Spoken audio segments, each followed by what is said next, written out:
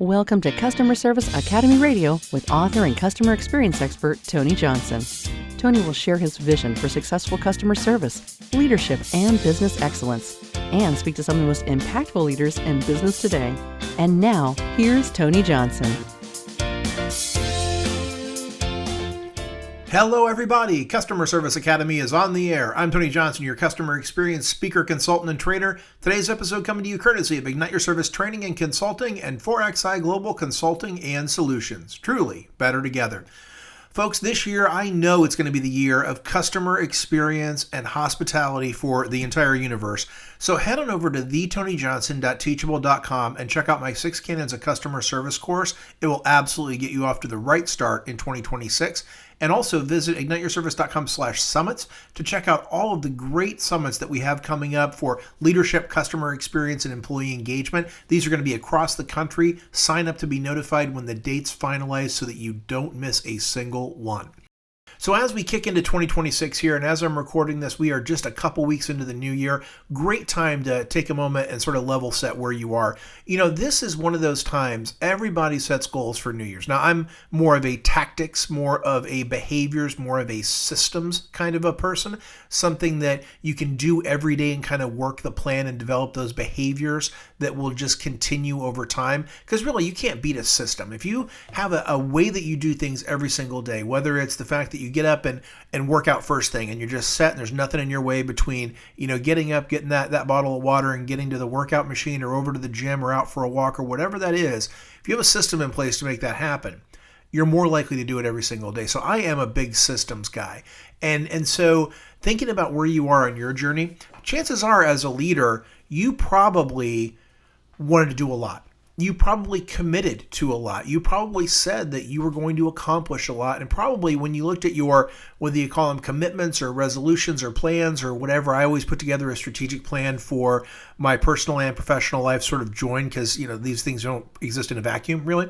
It's always more than what it probably should be. And you're probably just as guilty of that as I am. We start the new year with the best of intentions, with this opportunity to want to do a lot of things. And it's just such a great time for reset and regrouping and reflection and doubling down on the things that matter most to us.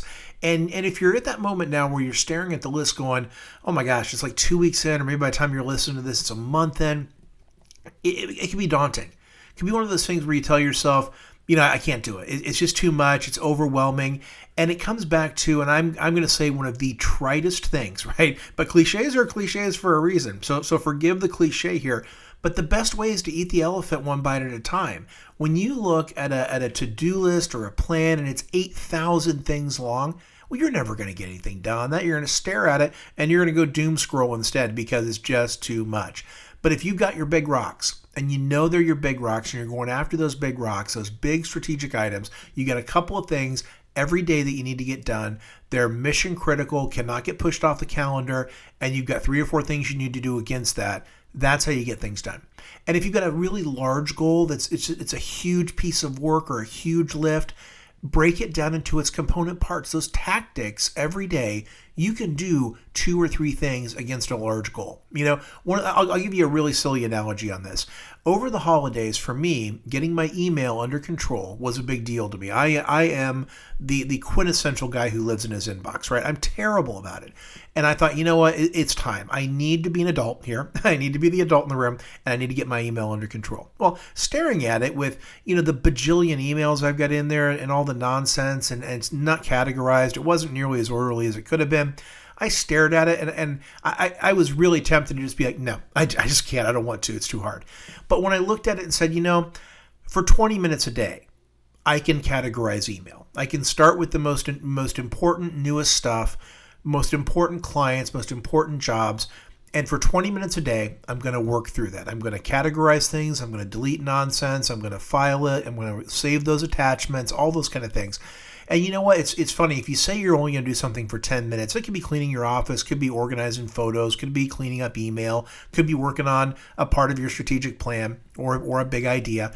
You start with that 10 minutes, and before you know it, it's 20, it's 30, it's an hour, and you're like, oh my gosh, I got to get to my next call. Because once you get in the groove, getting started is always the hardest part. There's nothing more daunting than the blank page or the overflowing inbox, and that really is so daunting. But when you break it into its component parts and you say, okay, I'm only going to do 10 minutes minimum, and let's see where we are. Chances are you're going to do a lot more than that. So again, I know that it's probably a tip that a lot of you are probably familiar with, but I share that because sometimes even those of us who have been doing this for a long time forget to just give it 10 minutes. And the cumulative effect of that, whether it's that, talking about the inbox like I did, or your employee training and development, think about the cumulative impact. I talk to people about this all the time. The cumulative impact of 5 minutes of training a day for your employees. That's a really powerful thing. And if you take 5 minutes times 5 days a week times however many weeks in the year, the next thing you know, you will absolutely be delivering impactful training. And that's all because you took the time to spend 5 minutes a day to teach your team one thing, one small thing. Never, ever overlook the power of micro training and micro sessions, because over time, they will absolutely help you train your team, especially in today's day where we are looking at really tight budgets. So again, another little tip from me to you. And as we're coming into the new year, a couple of things I've noticed. So I just got back from a trip to Ohio, and oh my gosh, was it cold. For someone who lives in Florida and loves his 50, 60 degree temperatures this time of year, going up there and having it be 10, wow, that was a shock. But it got me thinking about Hilton. I'm a big Hilton guy. And obviously, I stayed at my Hilton. There's a great Hampton Inn and a great DoubleTree that I stayed at during my travels this past week. So one of the things that I've noticed from Hilton is that they have added a new tier above Diamond called Diamond Reserve. And for those of us who have been Diamond for a long time, myself included, I'm sitting at 9 years Diamond, and this is my 10th year, which means I'll qualify for Diamond for life. I've already got the spend and the points and all the things, and I'm excited that this is my Diamond for life year. It's the little things in life, right, folks? But to now have a tier come in that sits above that status that I've been shooting for my whole career is kind of daunting. It doesn't feel quite right that now all of a sudden there's a tier above that. So that's something that again is we're figuring out what it's going to mean. Is it going to affect upgrades? Is it going to affect points? Will there be a Diamond Reserve for life? Can we translate Diamond into those years? There's a lot of questions. I have to pick up the phone and call Hilton and get some clarity on it and continue to do the research. But when I saw that level come in above Diamond, it added a lot of questions, and it just didn't feel good as a loyal Hilton customer. So hopefully as I learn more, it'll feel a little bit better, and I'll figure out how it all fits into the ecosystem. And the other thing I noticed as we came into 2026 was Disney taking a hard look at their Star Wars property. Now, I am not the hugest fan of how Disney has managed the Star Wars portfolio since they took it over. I'm not a big fan of the sequel trilogy. I'm not a big fan of them abandoning some really great storylines that would have seen Luke Skywalker and Han Solo continue and be great characters along with Princess Leia, and watch Luke rebuild the Jedi Order and all of those things, the Thrawn trilogy, if anyone out there is familiar. Now, don't worry, I'm not going down a rabbit hole of Star Wars here, but I just wasn't a huge fan of how they handled the characters. Thought there was a huge opportunity for them to recast the characters and sort of reboot it as they did with J.J. Abrams' Star Trek. That was really, really well done and respectful of the source material. I don't know that they did a great job with that at Star Wars.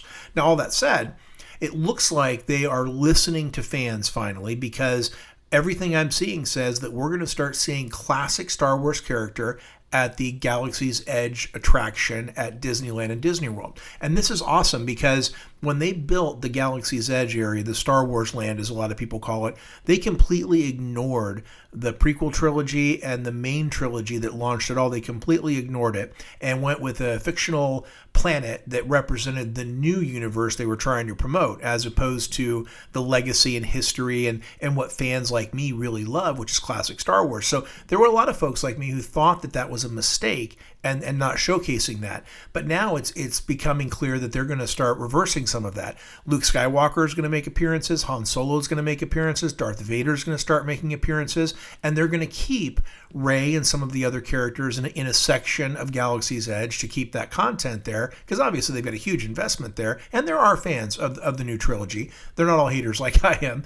But when you think about the fact that they have put a lot of time and effort and of course the actors who portrayed Poe and Rey and all of the great folks, they deserve their IP to be respected and still be in there, but they're going to integrate in some of the older stuff, the classic legacy stuff as well, to try to satisfy more fans. And that is a classic piece of a brand listening to what their customers or their guests or their consumers are saying and trying to find a way to hit that mark. That the fact that they're listening and have an open mind, could they have moved a little more quickly on this? Yeah, I think so. But at the end of the day, they were listening and they're taking action. And I have to tell you, I am super excited to go out and see Luke Skywalker and Princess Leia and Han Solo in the same place where I can see Rey and some of the other classic characters that frequent that area. So again, excited for 2026 and what that's going to mean for that area of the Disney parks.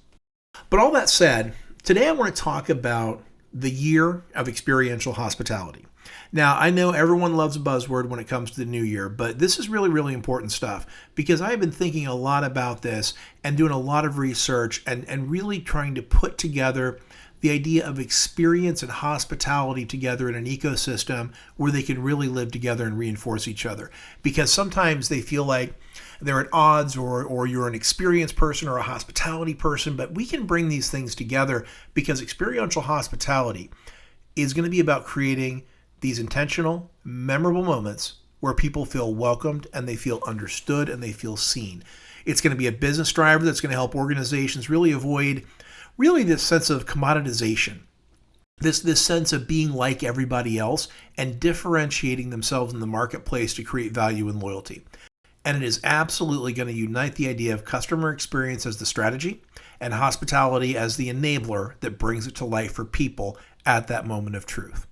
So as we think about what that means and how that sort of comes together, let's go ahead and just talk through this because there's 7 pieces to this that I want to share. I know 7, right? Everyone's like, oh my God, not 7. Yes, there are 7 pillars, for lack of a better word here, 7 pillars of experiential hospitality. And the first is experience as the strategy. So experience is going to be that clear differentiator, as we said, and it's how businesses are going to set themselves apart. It's going to be that deliberate strategy that's going to enable growth and success. And it's not a program. It's not a department.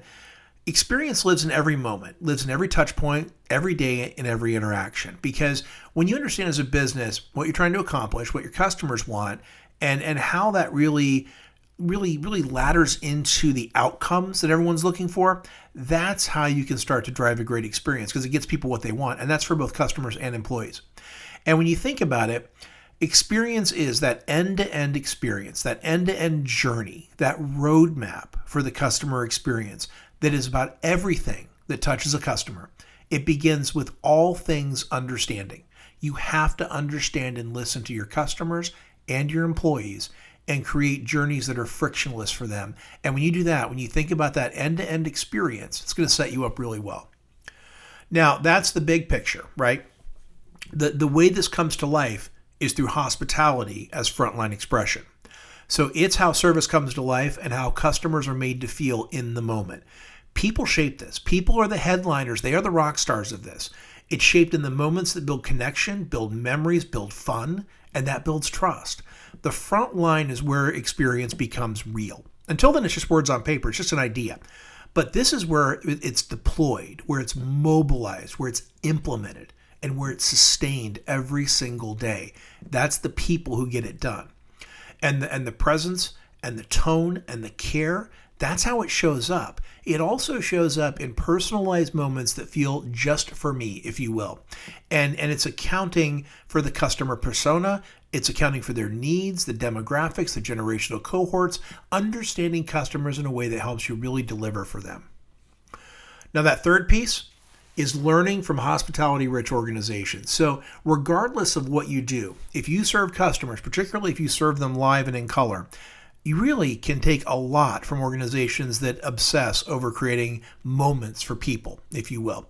And these hospitality-rich organizations, they consistently get it right. We're talking about the Disneys, the Ritz-Carltons, the Chick-fil-A's, and it doesn't matter. You don't have to be in the theme park business. You don't have to be in the chicken business. You don't have to be in the hotel business to understand that they create these personalized moments that feel really good and they take care of people and they do it in a way that is nice and it makes them feel like they belong and it makes them want to come back again and again. So they designed for people. How is it going to make people feel and is it going to be easy for them?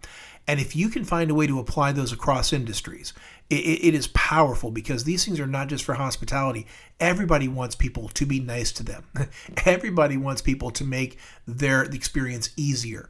Everybody wants organizations who are friendly and who anticipate what they're going to need. This is a way to bring all of these things that make these hospitality-rich organizations so successful, bring them forward. There's a way to translate these regardless of what you do. If you serve people, interact with people, take care of people, this is how you can set yourself apart, is by looking to this. So healthcare, for example, has done a great job over the years of trying to look to these organizations for inspiration. A lot of healthcare organizations spend time with the Disney Institute, for example.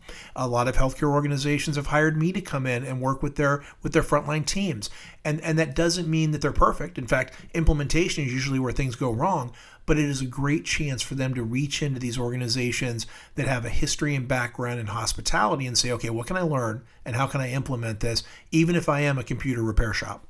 The next piece is to understand, we all need to understand this, that there are going to be tiered experiences. Not all experiences are created equal, but all experiences can have value. So I've given you the taco example, 100 times on this podcast.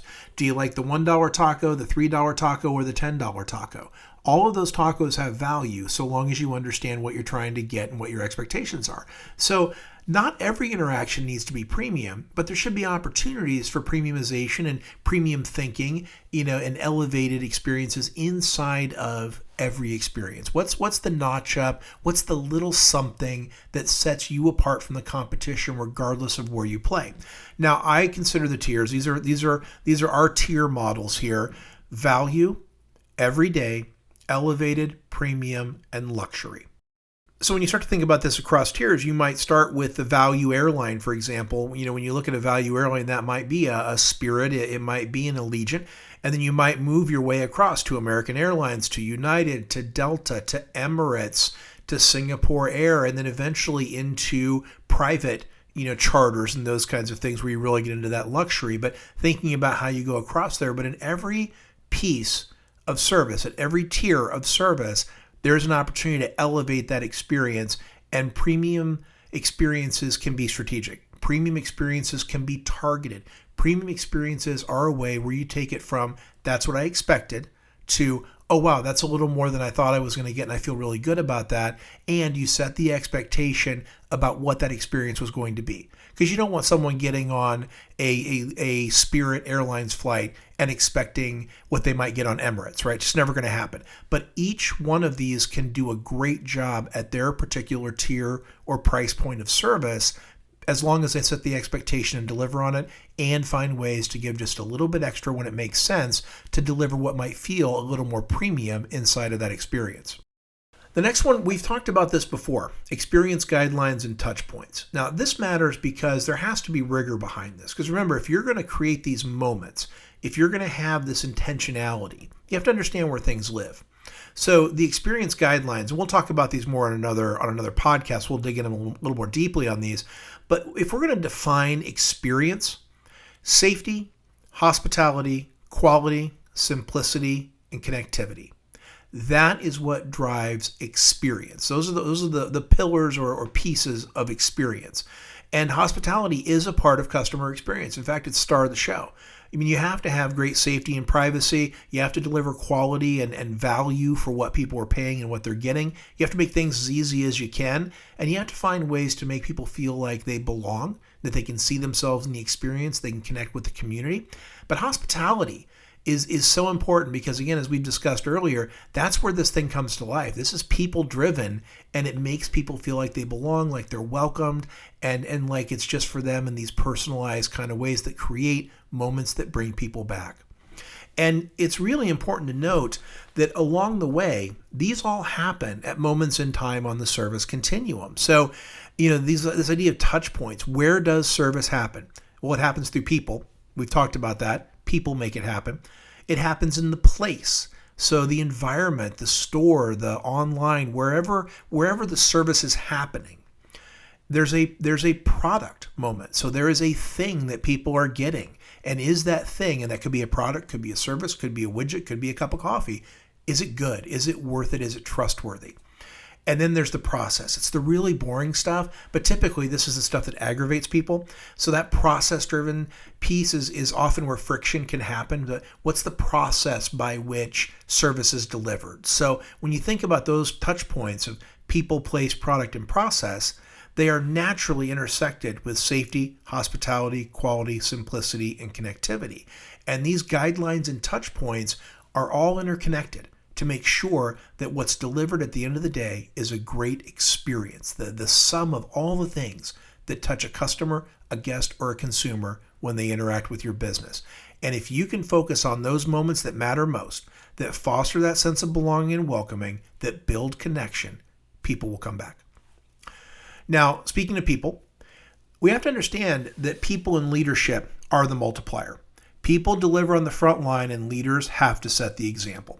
And you can make the case, now these are not in order of importance, but you can make the case that this is one of the most important things, because you've heard me say it a million times. How you take care of your team as a leader is how they will take care of customers and guests when it matters most, and that's going to be your customer's impression of your brand or your service, because your people are the face of the organization, and they behave how the leaders treat them. So we have to make sure that it is indeed a priority, that leaders model and reinforce and protect the standards, that they treat the teams well and engage them, that they are recognizing and celebrating them, training them and onboarding them well, communicating intentionally and in a way that makes sense, and that there is ownership for service at all levels. Everybody is responsible for delivering hospitality, customer service, customer experience.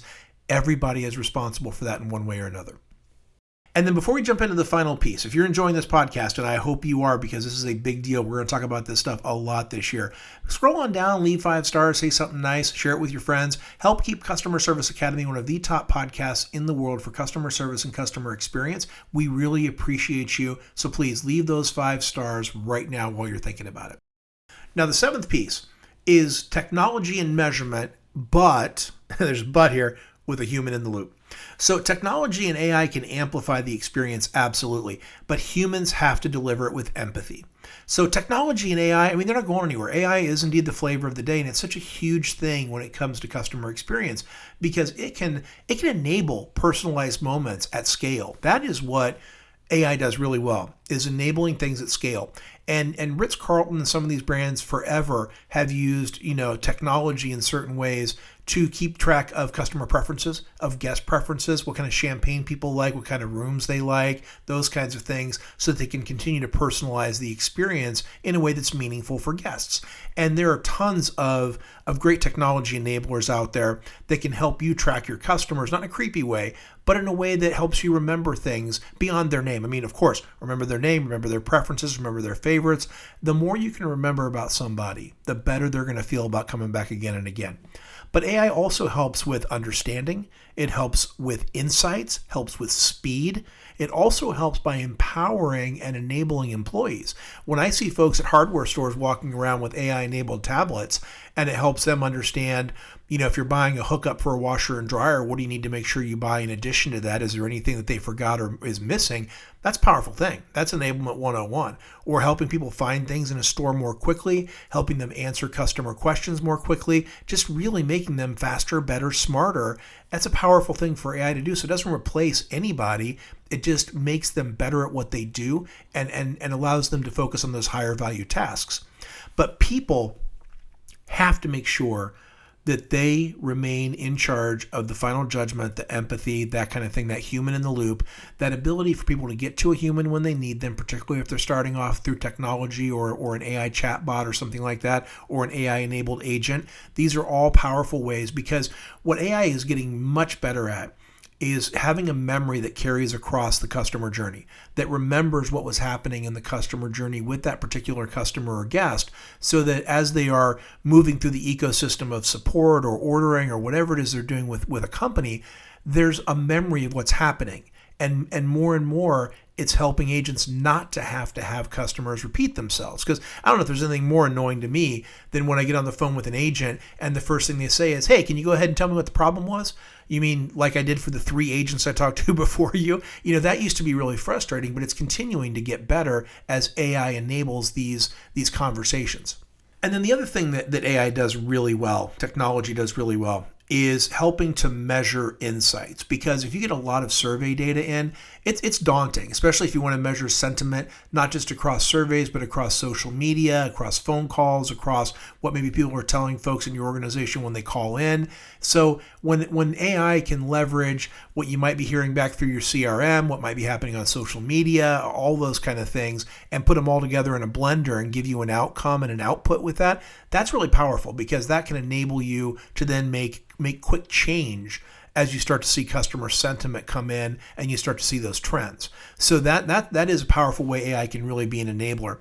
And that's a really great caveat, because if you don't act on what you hear, what was the point, right? You have to use those insights to improve execution. Keep what works, update what doesn't, and really put the data to work and use it to improve, because that's where technology and AI and insights can really help out. And it comes back to that customer understanding we talked about earlier. So embrace the technology, embrace the new shiny things, embrace AI as an enabler for sure, but just make sure there's a human in the loop there to make decisions. And as you get this information, mobilizing it and implementing it and using it to get better, that's going to be what sets you apart, because everybody pretty much has access to AI at one form or another, whether you're using a free model or a pay model or an enterprise model, or you built your own. Access to AI is pretty prevalent out there. What I'm seeing as the real opportunity is for you as a leader to take action on that stuff, to use it to figure out what you want to do, to use it to ideate, to add in your own flavor so that you don't sound like everybody else, because that is happening with AI, and then acting on it. If you act on what you learn and what you ideate and what you create, if you act on that, that will make you such a great leader in the market, because there are so many people ideating millions of things and doing nothing with them. Be the person who's good at getting it done, mobilizing it, implementing it. And oh, by the way, if you need help with that, reach out, drop me a note. We absolutely work with organizations every day to implement their strategies, to turn them into tactics, to run workshops and working sessions on how do we mobilize these big ideas so that we get the most bang for our buck and the biggest success for the organization. So folks, that is our show. We are in the year of experiential hospitality, and together we can get it done to set your business apart. If you want to learn more about how to do that, head on over to Amazon.com and check out my book, Together We Serve. You can get that on paperback, digital, and audiobook. Just search Together We Serve by Tony Johnson, and it'll pop up right for you. But until next time, I've been Tony Johnson, your customer experience strategist and trainer, reminding you to keep your customers and your team at the center of everything you do, because that's where the most amazing things are possible. Thanks again for tuning in, and I will talk to you next week. This has been Customer Service Academy Radio with Tony Johnson. Tony is available to speak at your event, meeting, or workshop. Have a powerful customer-focused day.